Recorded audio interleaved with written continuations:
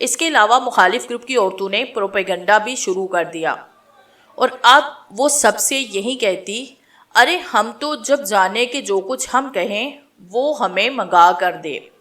اور پھر محفل فرمائشوں کا اکھاڑا بن گئی۔ ایک عورت بولی، ہمیں تو اسی وقت موگرے بیلے کے پھول چاہیے۔ یہ آواز سن کر شاہد نے اپنا سیدھا ہاتھ اٹھا کر فضا میں بلند کیا، ہاتھ کی مٹھی بند کی اور اسے 2-3 مرتبہ گردش دے کر نیچے کر کے مٹھی کھولی تو اس میں تازہ تازہ موگرے کی کلیاں تھیں۔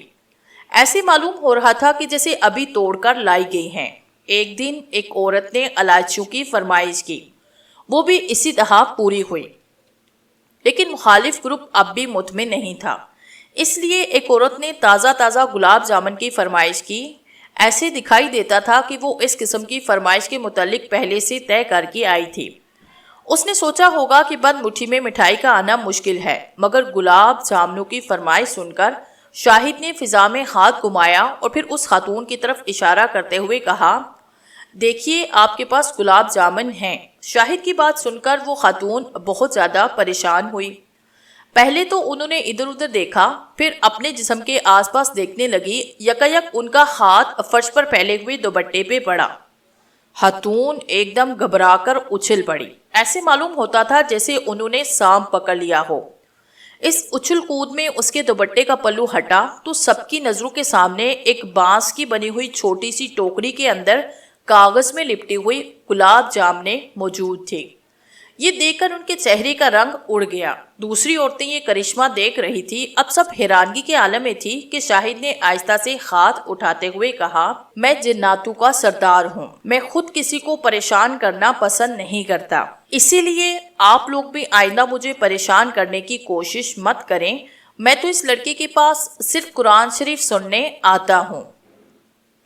اس واقعے کے بعد پھر کسی عورت نے سوال کرنے کی ہمت نہ کی، لیکن 1-2 دن کے بعد ایک دوسرا سلسلہ شروع ہو گیا۔ ایک دن ایک صاحب نے اپنی لڑکی کے بارے میں پوچھا، جہاں لڑکی کی بات چیت چل رہی ہے کیا وہ جگہ مناسب ہے؟ شاہد ان کا سوال سن کر بڑی دیر تک سر جھکائے بیٹھا رہا۔ تقریباً 15 منٹ کے بعد اس نے سر تھوڑا اونچا کرتے ہوئے کہا، جس جگہ لڑکی کی بات چل رہی ہے وہ جگہ مناسب نہیں، لڑکے کا چال چلن ٹھیک نہیں۔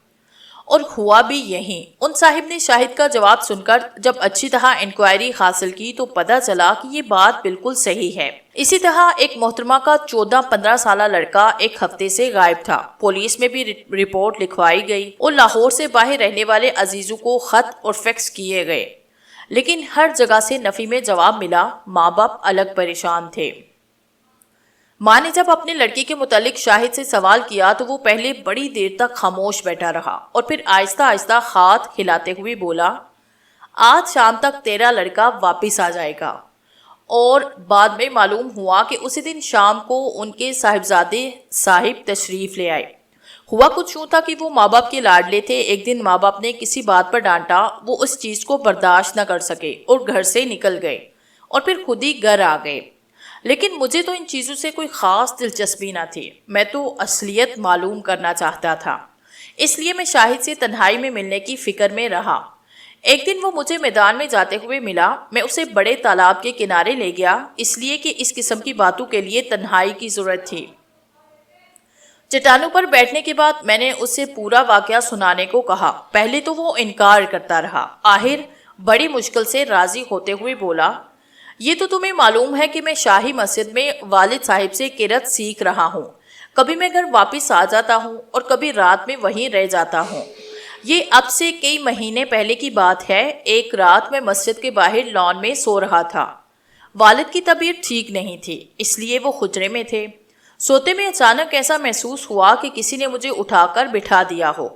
پہلے تو نیند کے خمار میں بات سمجھ نہ آئی، لیکن پھر فوراً ایک عجیب قسم کا احساس ہوا جیسے کہ کچھ ہونے والا ہے۔ میں نے آنکھیں مل کر چاروں طرف دیکھا تو مجھے اپنے سرہانے ایک بزرگ کو کھڑے ہوئے دیکھ کر بڑا تعجب ہوا۔ سمجھ میں نہیں آ رہا تھا کہ یہ کون صاحب ہے، کہاں سے آئے ہیں اور کیا چاہتے ہیں۔ اس سے پہلے کہ میں نے انہیں کبھی نہ دیکھا تھا۔ خلیہ بھی عجیب تھا، سفید اجلا لباس پہنے ہوئے تھے، داڑھی بھی سفید تھی، چہرے پر ایک عجیب قسم کا نور تھا اور وہ میرے سرہانے خاموشی کے ساتھ کھڑے تھے۔ اس خلیے میں ایک اجنبی کو آدھی رات کے وقت اپنے سرہانے استہا کھڑے ہوئے دیکھ کر مجھے ڈر کی وجہ سے پسینہ آ گیا۔ اس قدر خوف زدہ تھا کہ بھاگنے کا خیال کیا تو ٹانگوں میں طاقت نہ تھی، چیخنے کی کوشش کی تو آواز نہ نکل سکی۔ مجھے استہا پریشان ہوتا دیکھ کر ان بزرگ نے دلاسا دیتے ہوئے کہا، میرے سانے پہ تھپکی بھی دی، گھبراؤ نہیں بیٹے، ڈرنے کی ضرورت نہیں، انہوں نے تسلی دیتے ہوئے مجھ سے کہا۔ میں نے ان بزرگ کی بات کا کوئی جواب نہ دیا، لیکن خوف کی وجہ سے باہر پھٹی پھٹی آنکھوں سے انہیں ضرور دیکھ رہا تھا۔ تم اپنے دل سے خوف دور کرو، تمہیں کوئی نقصان نہیں پہنچے گا، آؤ ذرا میرے ساتھ چلو، بزرگ نے کہا۔ میرے لیے ان کا کہنا ماننے کے علاوہ کوئی دوسرا آپشن نہیں تھا، اس لیے کچھ سوچے سمجھے بغیر ان کے ساتھ چل پڑا۔ ان کے ساتھ چلتے ہوئے میں نے مسجد کے صحن میں دیکھا، اس وقت چاندنی نکلی ہوئی تھی، ہر چیز واضح اور صاف نظر آ رہی تھی۔ مجھے یہ دیکھ کر بڑا تعجب ہوا کہ کچھ ہی فاصلے پر ان بزرگ کی طرح کچھ اور لوگ بھی آ جا رہے تھے، لیکن کہاں سے آ رہے تھے، کہاں جا رہے تھے، یہ میں بالکل نہ سمجھ سکا۔ آؤ میرے ساتھ، بزرگ میرا ہاتھ تھامے ہوئے آگے بڑھتے رہے۔ ابھی تک میں یہ سمجھ نہیں پایا تھا کہ یہ کیا ہو رہا ہے، میں کہاں جا رہا ہوں۔ میری تو اس وقت ایسی حالت تھی جیسے مجھے ہیپٹیٹائز کر دیا گیا ہو۔ اب بزرگ اور میں دونوں ساتھ ساتھ مسجد کے صحن میں چل رہے تھے۔ ہمارا رخ موتیے تالاب کی جانب تھا۔ جب پورا صحن پار کر کے آخری دالان کے قریب پہنچے تو ہمارا رخ اسلامیہ ہائی اسکول کی جانب ہو گیا۔ میرا ہاتھ اب بھی ان کے ہاتھ میں تھا۔ مسجد کی چھوٹی برجی کے پاس پہنچ کر وہ بزرگ ایک لمحے کے لیے ٹھہرے۔ انہوں نے کچھ دیر تک برجی کی بنیادوں کو دیکھا، پھر ہاتھ سے ایک لکیر بناتے ہوئے اشارہ کیا۔ یکایک میری آنکھوں کے سامنے ایک لمحے کے لیے غبار چھا گیا، جس کی وجہ سے میں کچھ بھی دیکھ نہ سکا، لیکن دوسرے ہی لمحے غبار صاف ہونے کے بعد سامنے ایک دروازہ تھا۔ اس دروازے کو دیکھ کر میں حیران ہوا، اس لیے کہ مجھے اچھی طرح معلوم تھا کہ یہاں کوئی دروازہ نہیں تھا، بلکہ اس برجی کے نیچے اسکول کا باغ تھا۔ پھر یہ دروازہ کہاں سے آ گیا؟ جو کچھ بھی تھا، بہرحال یہ بات میں خود سمجھنے سے قاصر تھا۔ جب ہم دونوں دروازے کے پاس پہنچے تو میں نے دیکھا کہ نیچے جانے کے لیے بڑی خوبصورت سنگ مرمر کی سیڑھیاں بنی ہوئی ہیں۔ میرے لیے یہ ایک نئی چیز تھی، اس لیے کہ پوری شاہی مسجد سنگ سرخ کی بنی ہوئی ہے، اس میں کہیں بھی سنگ مرمر استعمال نہیں کیا گیا، لیکن اس دروازے میں سیڑھیاں سنگ مرمر کی بنی ہوئی تھی۔ انہیں دیکھ کر میری سمجھ میں یہ مطلب آیا کہ شاید دروازے تک مسجد کی حد ہے اور سیڑھیوں کے بعد کچھ اور ہے۔ ہم دونوں دروازے میں داخل ہو کر سیڑھیوں سے نیچے اترنے لگے، لیکن جتنے زیادہ نیچے اترتے جا رہے تھے اتنی ہی زیادہ روشنی ہوتی جا رہی تھی، یہاں تک کہ جب سیڑھیاں ختم ہوئی تو ایسے معلوم ہو رہا تھا کہ جیسے دن نکل آیا ہو۔ معلوم نہیں یہ روشنی کہاں سے آ رہی تھی۔ میں نے اوپر نگاہ کی تو آسمان یا چاند، سورج، کسی قسم کی کوئی بھی چیز نہ تھی، لیکن میری نظروں کے سامنے ایک پورا شہر تھا۔ اونچے نیچے کئی منزلہ مکانات بنے ہوئے تھے، سڑکیں کشادہ تھی، دکانیں کھلی ہوئی تھی، جگہ جگہ چھوٹے چھوٹے خوبصورت باغ تھے، کافی چہل پہل تھی، لوگ چل پھر رہے تھے۔ ان چلنے پھرنے والوں میں مرد بھی تھے، عورتیں بھی، بچے بوڑھے اور جوان سبھی تھے۔ یہ لوگ زیادہ تر سفید لباس پہنے ہوئے تھے۔ ہم دونوں چلتے رہے، بزرگ اب بھی میرا ہاتھ تھامے ہوئے تھے، لیکن مجھے یہ دیکھ کر بڑی حیرانی ہوئی کہ راستے میں ہر شخص انہیں سلام کر رہا ہے، اور پھر سلام کرنے کے بعد گزرنے تک ایک جانب ہٹ کر ادب کے ساتھ کھڑا ہو جاتا ہے۔ چلتے چلتے آخرکار ہم ایک مکان کے سامنے رکے۔ مکان بہت بڑا معلوم ہوتا تھا۔ مکان کیا تھا، بلکہ اسے قلعہ کہنا مناسب ہوگا۔ صدر دروازے کے باہر سفید سفید دھواں اٹھ رہا تھا۔ سمجھ میں نہیں آ رہا تھا کہ یہ دھواں کہاں سے اٹھ رہا ہے، اس لیے کہ آگ کا دور دور تک پتہ نہ تھا، لیکن دھواں زمین کے مساموں سے نکل رہا تھا اور پھر بل کھا کر ایک جانب ہو جاتا۔ یہ دھواں صرف ایک جگہ سے نکل رہا تھا، جگہ جگہ یہی حالت تھی۔ بزرگ نے قریب پہنچنے کے بعد ہاتھ سے اشارہ کیا اور پھر فوراً ہی دھوئیں میں زندگی کے آثار دکھائی دینے لگے۔ دیکھتے دیکھتے دھوؤں کے بجائے کچھ لوگ انسانوں کے روپ میں کھڑے ہوئے نظر آئے۔ بزرگ نے میری جانب دیکھتے ہوئے کہا، یہ سبھی دروازے کے پہرے دار ہیں۔ سب نے جھک کر سلام کیا۔ بزرگ سلام کا جواب دیتے ہوئے آگے بڑھ رہے تھے۔ جب ہم دروازے کے پاس پہنچے تو بہت بڑا دروازہ خود بخود کھل گیا، لیکن کھولنے والے کون تھے یہ نہیں معلوم، اس لیے کہ کوئی دکھائی نہیں دے رہا تھا۔ جب ہم صدر دروازے سے اندر داخل ہوئے تو سامنے ایک بہت بڑی عمارت تھی، لیکن اس عمارت میں داخل ہونے سے پہلے سامنے ایک کشادہ باغ تھا۔ وہ باغ کیا تھا، جنت کا گمان ہوتا تھا۔ رنگ برنگے پھول کھلے ہوئے تھے، سبز گھاس کرینے سے اگائی گئی تھی، پرندے چہک رہے تھے، جگہ جگہ پھلدار درخت کھڑے تھے، بڑے بڑے حوض تھے جن میں فوارے چل رہے تھے۔ میں نے اتنا خوبصورت باغ زندگی میں پہلی بار دیکھا تھا۔ دل چاہ رہا تھا کہ یہاں کی دل بڑھ کے سیر کروں، لیکن وہ بزرگ اب بھی میرا ہاتھ تھامے چل رہے تھے۔ عمارت میں داخل ہونے کے بعد میں نے دیکھا کہ کافی تعداد میں مرد، عورتیں، لڑکے لڑکیاں چل پھر رہے تھے، لیکن ایسے معلوم ہوتا تھا کہ یہ سب یا تو خدام ہیں یا نچلے درجے کے جنات ہیں، اس لیے کہ بزرگ کو دیکھ کر جس طریقے سے وہ ان کا ادب کر رہے تھے وہ ان کے خادم ہونے کا ثبوت تھا۔ کئی جگہ میں نے بچوں کو کھیلتے بھی دیکھا۔ وہ بزرگ کو دیکھ کر احترام سے کھڑے ہو گئے۔ کسی عورت یا لڑکی نے مجھے دیکھ کر نہ ہی کوئی پردہ کیا اور نہ ہی چھپنے کی کوشش کی۔ ایسے معلوم ہو رہا تھا کہ یا تو ان میں پردے کی رسم نہیں یا پھر مجھ سے پردہ نہیں کیا جا رہا۔ ویسے راستے میں عورتیں ملی تھی، میں نے ان کے چہروں پر نقاب جیسی چیز دیکھی تھی، مگر صورتیں نقاب میں ہونے پر بھی صاف دکھائی دے رہی تھی۔ ہم ایک بڑے سے کمرے میں داخل ہوئے جہاں اچھے قسم کے قالینوں کا فرش تھا، ان پر چھوٹے موٹے گدے پڑے تھے اور سفید چادریں بچھی ہوئی تھی، ساتھ میں گاؤ تکیے بھی کرینے سے لگے تھے۔ بزرگ نے مجھے ایک گدے پر لے جا کر بٹھایا اور پھر میرے قریب بیٹھے ہوئے بولے، بیٹا تمہیں تعجب ہوگا کہ میں کون ہوں اور میں تمہیں یہاں کیوں لے کر آیا۔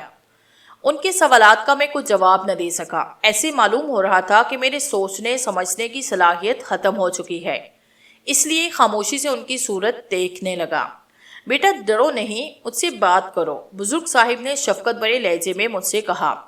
سنو، یہ جنات کا شہر ہے اور میں ان سب کا سردار ہوں۔ یہ منصب ہمیں شاہ جنات کی جانب سے عطا ہوا۔ تم میرے مہمان ہو، تمہیں کوئی بھی کچھ نہیں کہہ سکتا۔ جنات میں اچھے بھی ہوتے ہیں اور برے بھی، لیکن تم سردار جن کے مہمان ہو، اس لیے سب تمہاری عزت کریں گے۔ میں نے کئی بار تمہیں قرآن شریف پڑھتے ہوئے سنا ہے، مجھے تمہاری قرأت بہت پسند ہے۔ میں اپنی بیوی اور بچوں کو بھی تمہاری قرأت سنانا چاہتا تھا، اس لیے تمہیں یہاں لے کر آیا۔ تم اطمینان سے سکون سے بیٹھو، میں اپنے بیوی بچوں کو بلاتا ہوں، تم سے مل کر وہ خوش ہوں گے۔ بزرگ نے زور سے کچھ کہا۔ دروازوں میں سے سراتی ہوئی ہوا اندر داخل ہو رہی تھی۔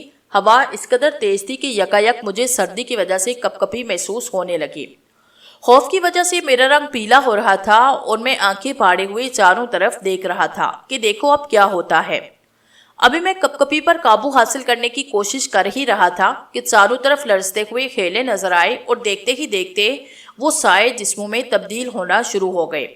ایک لمحے کے بعد ہی میرے سامنے عورتیں، لڑکے لڑکیاں اور بچے بیٹھے ہوئے تھے۔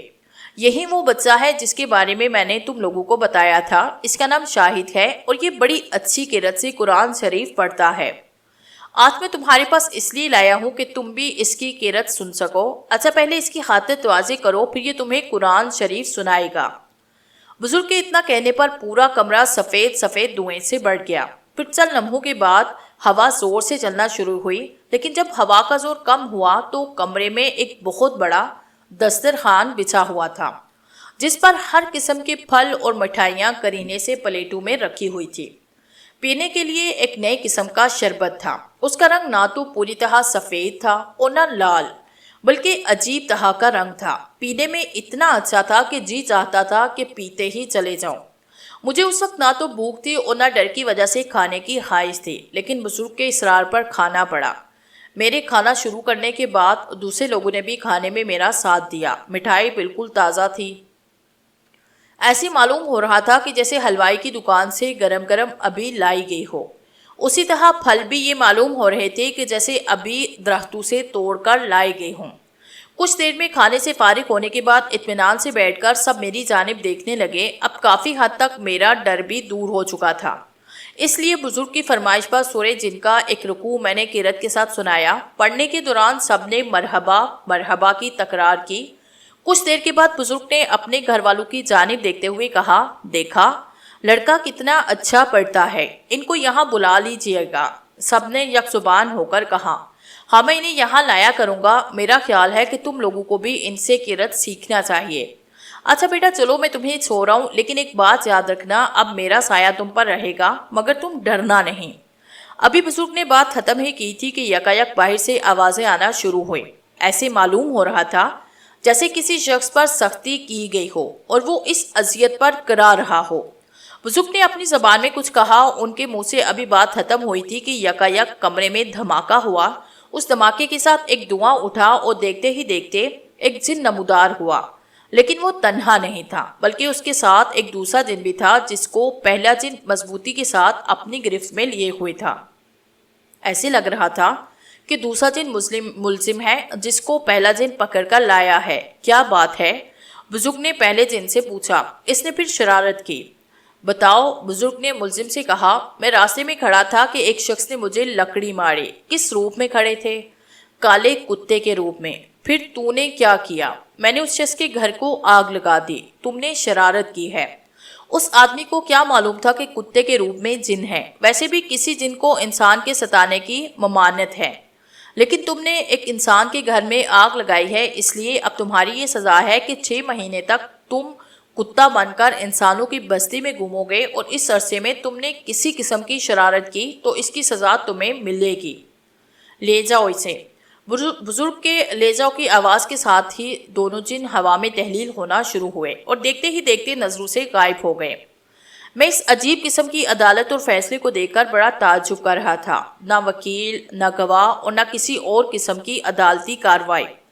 1 منٹ کے اندر اندر مقدمے کا فیصلہ ہو گیا۔ ان کے لیے تحفہ لاؤ، بزرگ نے ایک جانب دیکھتے ہوئے کہا، لیکن جس جانب انہیں منہ کر کے کہا تھا مجھے تو وہاں کوئی بھی کھڑا نظر نہ آیا۔ مگر ایک بار پھر ہوا زور سے چلنا ہوئی اور چشمے زدن میں ایک جن رومال میں کوئی چیز باندھے ہوئے کھڑا تھا۔ اس کی وضاحت سے معلوم ہو رہا تھا کہ یہ کوئی ملازم جن ہے۔ لو بیٹے، یہ تمہارا تحفہ ہے۔ بزرگ نے رومال کا بنڈل مجھے دیکھتے ہوئے کہا۔ میرے بنڈل لے لینے پر وہ پھر میری جانب دیکھتے ہوئے بولے، اچھا اب تم اپنی آنکھیں بند کر لو۔ میں نے ان کی ہدایت کے مطابق اپنی آنکھیں بند کی۔ مشکل سے 1 منٹ گزرا ہوگا کہ ان کی آواز پھر سنائی دی، آنکھیں کھول دو۔ میں نے آنکھیں کھولی۔ پہلے تو بڑی دیر تک میری سمجھ میں کچھ نہ آیا کہ میں کہاں ہوں، لیکن کچھ دیر کے بعد چاروں طرف دیکھا تو رومال کا بنڈل میرے ہاتھ میں تھا اور میں مسجد کے دالان میں اپنے بستر کے پاس کھڑا ہوا تھا۔ جو واقعات اب تک میرے ساتھ پیش آئے تھے ان کی وجہ سے میں بہت پریشان تھا۔ میں بڑی دیر تک رومال پکڑے ہوئے بستر کے پاس کھڑا رہا۔ سمجھ میں نہیں آ رہا تھا کہ کیا کروں، کہاں جاؤں۔ آخر جب ہوش بحال ہوئے تو یہی مناسب سمجھا کہ والد صاحب کو جگا کر تمام واقعہ بتاؤں۔ میں نے اسی وقت کمرے میں جا کر انہیں بیدار کیا۔ پورا قصہ سناتے ہوئے رومال کا بنڈل لا کر انہیں دیا۔ انہوں نے بنڈل کھول کر دیکھا تو اس میں تازہ بنی ہوئی مٹھائی تھی اور ساتھ میں چاندی کے سکے والے 100 روپے تھے۔ والد صاحب نے ان چیزوں کو ویسے ہی رومال میں باندھ دیا اور پھر ڈر دور کرنے کے لیے ہمت بڑھاتے ہوئے بولے، ڈرنے کی کوئی بات نہیں بیٹا، یہ بھی اللہ کی مخلوق ہے۔ میں بھی مسجد میں ان لوگوں کو کئی بار دیکھ چکا ہوں، انہیں صرف تمہاری قرت پسند ہے۔ اچھا اب اذان ہونے والی ہے، تم بھی ضروریات سے فارغ ہو کر نماز کی تیاری کرو۔ دن نکلنے پر ایک بار پھر اس دروازے کی تلاش میں برجی تک گیا، لیکن وہاں کسی دروازے کا نام و نشان بھی نہیں تھا۔ اس دن کے بعد کئی مرتبہ پھر میرا جانا ان بزرگ کے ساتھ ہوا اور ہر بار پہلے کی طرح رومال میں انہوں نے مجھے مٹھائی اور روپے لپیٹ کر دیے۔ اس کے بعد وہ گھر بھی اکثر میرے پاس آئے اور یہ سلسلہ اب بھی جاری ہے۔ شاہد کی کہانی بڑی تعجب خیز تھی۔ کہانی سننے کے بعد میرے لیے اب وہاں ٹھہرنا بیکار تھا، اس لیے ہم دونوں اپنے اپنے گھروں کو روانہ ہو گئے۔ لیکن کافی دنوں کے بعد ایک روز میری ملاقات شاہد سے پھر ہو گئی۔ میں نے ویسے ہی تذکرہ اس سے کیا، کیوں شاہد، اب بھی ان بزرگ کے ساتھ تمہارا جانا ہوتا ہے؟ نہیں، وہ سلسلہ ختم ہو گیا، شاہد نے مسکراتے ہوئے جواب دیا۔ ایک روز والد نے حضرات کے ذریعے ان بزرگ کو لایا۔ پھر بڑی دیر تک ان سے باتیں کرتے ہوئے والد نے انہیں سمجھایا کہ ان کی وجہ سے لڑکے کی تعلیم و تربیت پر اثر پڑ رہا ہے۔ دوسرے ایک وقت آئے گا کہ اس کی شادی بیاہ بھی کرنی ہے۔ اس شہرت کی وجہ سے شادی میں بڑی دقتیں پیش آئیں گی، اس لیے ان کو چاہیے کہ وہ اپنا سایہ مجھ پر سے اٹھا لیں۔ البتہ قرت سننا ہو تو مسجد میں جب شاہد پڑھے تو وہ آ کر سن سکتے ہیں۔ پہلے تو بزرگ نے والد کی بات ماننے سے انکار کیا، بعد میں راضی ہو گئے اور اب ان کا مجھ پر کوئی اثر نہیں۔ البتہ مسجد میں جب کبھی میں قرآن شریف پڑھتا ہوں تو ایسے محسوس ہوتا ہے کہ وہ بزرگ بھی میرے پاس ہیں لیکن مجھے نظر نہیں آتے۔ مجھے شاہد کی باتوں پر یقین تھا اور ویسے بھی مجھے معلوم ہے کہ اب اس کے گھر میں عورتوں کے آنے جانے کا سلسلہ ختم ہو چکا ہے۔